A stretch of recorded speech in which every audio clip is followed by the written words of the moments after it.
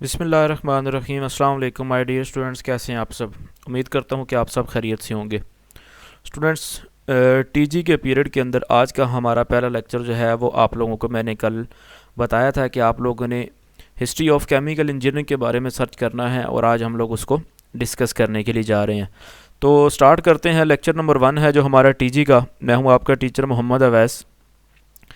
तो जो आप लोगों की सर्च है उसके बाद जो चीज़ मैंने देखी है उसमें हम लोग देख लेते हैं कि क्या चीज़ आज लोगों को डिस्कस करनी है हम लोगों ने। तो हिस्ट्री ऑफ केमिकल इंजीनियरिंग के अंदर जो सबसे इम्पॉर्टेंट चीज़ है कि दुनिया का सबसे पहला केमिकल इंजीनियर कौन था, वो है जी ये जॉर्ज ई डेविस नाम का एक शख्स था जो कि सबसे पहला केमिकल इंजीनियर जो है वो करार पाया था। किस तरह? Davis in the form of 12 lecture covering various aspect of industrial chemical practice, कि इंडस्ट्री के अंदर जो भी केमिकल की प्रैक्टिस हो रही थी उसने उसने सबसे पहले उसके अंदर 12 लेक्चर जो है वो उसके तैयार किए थे।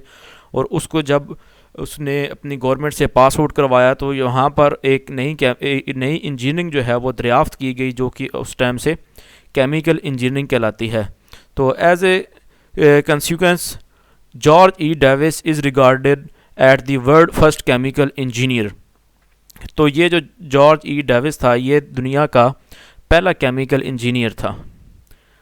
उसके बाद है जी ब्रांच ऑफ इंजीनियरिंग, कि इसको इंजीनियरिंग की ब्रांच क्यों बनाई गई थी। केमिकल की जो प्रैक्टिस थी उसको इंजीनियरिंग की ब्रांच कब बनाई गई थी और क्यों बनाई गई थी।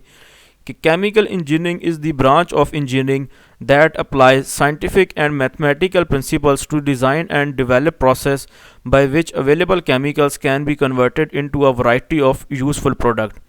तो इसको इंजीनियरिंग की ब्रांच इस वजह से बनाई गई थी क्योंकि हमारे पास जो मुख्तलिफ केमिकल्स जो उस टाइम ईजाद हो चुके थे उन केमिकल्स को अच्छी तरह से इस्तेमाल करना, apply scientific and mathematical principle, scientific और मैथमेटिकल जो असूल उस टाइम तक ईजाद हो चुके थे, to design and develop process, उनको आप लोगों ने फिर प्रोसेस के अंदर इस्तेमाल किया था। Which available chemicals can be converted into a variety of useful product, एक मुफीद प्रोडक्ट बनाने के लिए उन केमिकल्स को जो इस्तेमाल किया गया था और उसके अंदर जो भी आप लोगों की साइंटिफिक और मैथमेटिकल प्रिंसिपल्स यूज़ किए गए थे वो इस वजह से उसको इंजीनियरिंग का नाम दिया गया था। और क्योंकि ये केमिकल्स की फील्ड से रिलेटेड थी और इस वजह से इसको केमिकल इंजीनियरिंग का नाम दिया गया था। A person who practice chemical engineering is called chemical engineer. और जो शख्स इन केमिकल इंजीनियरिंग को स्टडी करता है या इसके मुतल्लिक प्रैक्टिस करता है या इसके मुतल्लिक एजुकेशन हासिल करता है वो केमिकल इंजीनियर कहलाता है। तो जो DAE की डिग्री है, diploma of associate engineering in chemical technology, तो जब आप अपना DAE कंप्लीट कर लेते हैं तो आप एक जूनियर केमिकल इंजीनियर के तौर पर मार्केट के अंदर अवेलेबल होते हैं। उसके बाद कौन सी इंपॉर्टेंट चीज़ थी वो देखते हैं कि प्रोसेस इंजीनियर। केमिकल की ही ब्रांच के अंदर फिर एक शख्स को प्रोसेस इंजीनियर भी कहा जाता है। Those chemical engineer involved in the design and manufacturing of large scale manufacturing process are known as process engineer।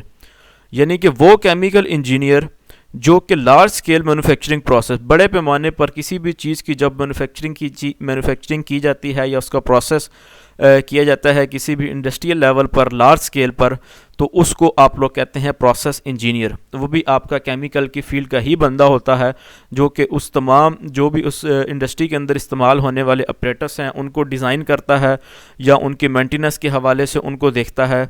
जैसे सीमेंट इंडस्ट्री के अंदर आप लोगों की रोटरी के लिए इस्तेमाल होती है, तो उसके अंदर उसका जो डिज़ाइन है या उसके अंदर जो टेम्परेचर है या किस टेम्परेचर तक हम लोग उसको यूज़ कर सकते हैं, ये तमाम जो डिज़ाइनिंग होती है और इसके जो सीमेंट मैन्युफैक्चरिंग प्रोसेस होता है लार्ज स्केल पर, लार्ज स्केल का मतलब है कि आप जब इंडस्ट्रियल लेवल पर उसको तैयार करते हैं तो वो आपका इंजीनियर क्या कहलाता है?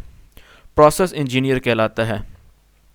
उसके बाद सबसे इम्पॉर्टेंट जो चीज़ है वो है the main role of chemical engineer, कि केमिकल इंजीनियर जो होता है उसका मेन रोल क्या होता है इंडस्ट्री के अंदर या किसी भी प्लांट पे।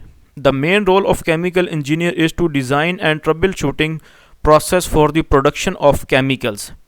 सबसे मेन रोल क्या होता है कि उसने सबसे पहले तो उस चीज़ को डिज़ाइन करना है कि अगर आपने कोई भी इंडस्ट्री तैयार करनी है तो उसको सबसे पहले उस चीज़ का मैप तैयार करना है कि कौन सा कहाँ से हम लोगों ने अपनी जो रॉ मटेरियल है उसको प्रोसेस करना है, कहाँ से आप लोगों का प्रोसेस स्टार्ट होगा, उसके लिए कौन कौन सा इक्विपमेंट इस्तेमाल हम करेंगे, वो तमाम चीज़ें जो है उसके आप लोगों उसकी जो डिज़ाइनिंग है वो एक केमिकल इंजीनियर करता है। फिर trouble shooting process, trouble shooting क्या होती है कि जो भी आप लोगों का प्रोसेस हो रहा है उसको जो भी आप लोगों का अपरेटस उसके अंदर इस्तेमाल हो रहा है उसके जितना भी सॉफ्टवेयर होता है उसकी तमाम की जो कैलिब्रेशन होती है वो आप लोगों की कहलाती है trouble shooting process for the production of chemicals. Industry level के अंदर जब आप कोई भी केमिकल तैयार कर रहे हैं, या फ्यूल इंडस्ट्री है आप लोगों की, जैसे ऑयल एंड गैस की इंडस्ट्री है, फूड इंडस्ट्री है, फार्मास्यूटिकल इंडस्ट्री है and biological, just to name a few. इसके अलावा भी बहुत सी इंडस्ट्रीज़ हैं इस टाइम जो कि वर्कआउट कर रही हैं।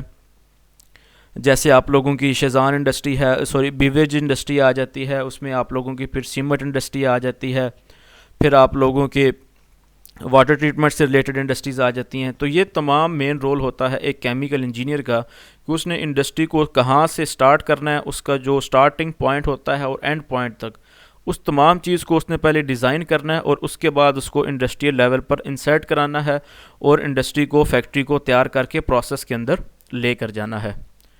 उसके बाद they are most often employ by large scale manufacturing plant to maximise productivity and product quality while minimising cost. ये बहुत ही इंपॉर्टेंट चीज़ है कि they are most often employ, ये आप जो है एम्प्लॉय जो आपका केमिकल इंजीनियर होते हैं ये बहुत ही कारआमद एम्प्लॉय के तौर पर तस्वर किए जाते हैं bye large scale manufacturing plants, जो बहुत बड़े पैमाने पर मैन्युफैक्चरिंग प्लांट्स लगाए जाते हैं किसी भी चीज़ की तैयारी के लिए।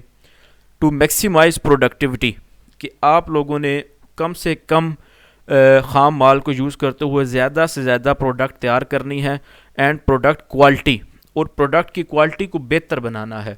यानी कि आप लोगों ने वाइल मिनिमाइजिंग कॉस्ट, यानी कि कम से कम कॉस्ट के अंदर आप लोगों ने जितना कम हो सकता है उतना कम आप लोगों ने ख़र्चा करना है, और लेकिन आप लोगों ने उससे जो प्लांट की जो आपकी प्रोडक्शन है वो बहुत ज़्यादा होनी चाहिए और उसकी क्वालिटी पर कोई इफ़ेक्ट जो है वो नहीं होना चाहिए। तो ये एक अच्छे केमिकल इंजीनियर की मेन रोल्स हैं जो कि इंडस्ट्री के अंदर इसको रिक्वायरमेंट को इंडस्ट्री के अंदर जिस चीज़ की रिक्वायरमेंट बहुत ज़्यादा होती है। तो आप लोग इस हवाले से बहुत ही खुशकिस्मत हैं कि आप लोग केमिकल इंजीनियरिंग एसोसिएट इंजीनियरिंग की डिग्री हासिल कर रहे हैं। अल्लाह पाक से दुआ है कि अल्लाह ताला आपको इस मैदान के अंदर कामयाब करें। तो अगर आपको ये मेरी वीडियो पसंद आई है तो मेरे चैनल को सब्सक्राइब करें, इस वीडियो को लाइक करें और कमेंट सेक्शन में अपना नाम और रोल नंबर लिखकर कमेंट्स कर दें। लास्ट में thank you so much students. अल्लाह ताला से दुआ है अल्लाह ताला आपको दोनों जहां की खुशियां नसीब फरमाए। अल्लाह हाफिज़।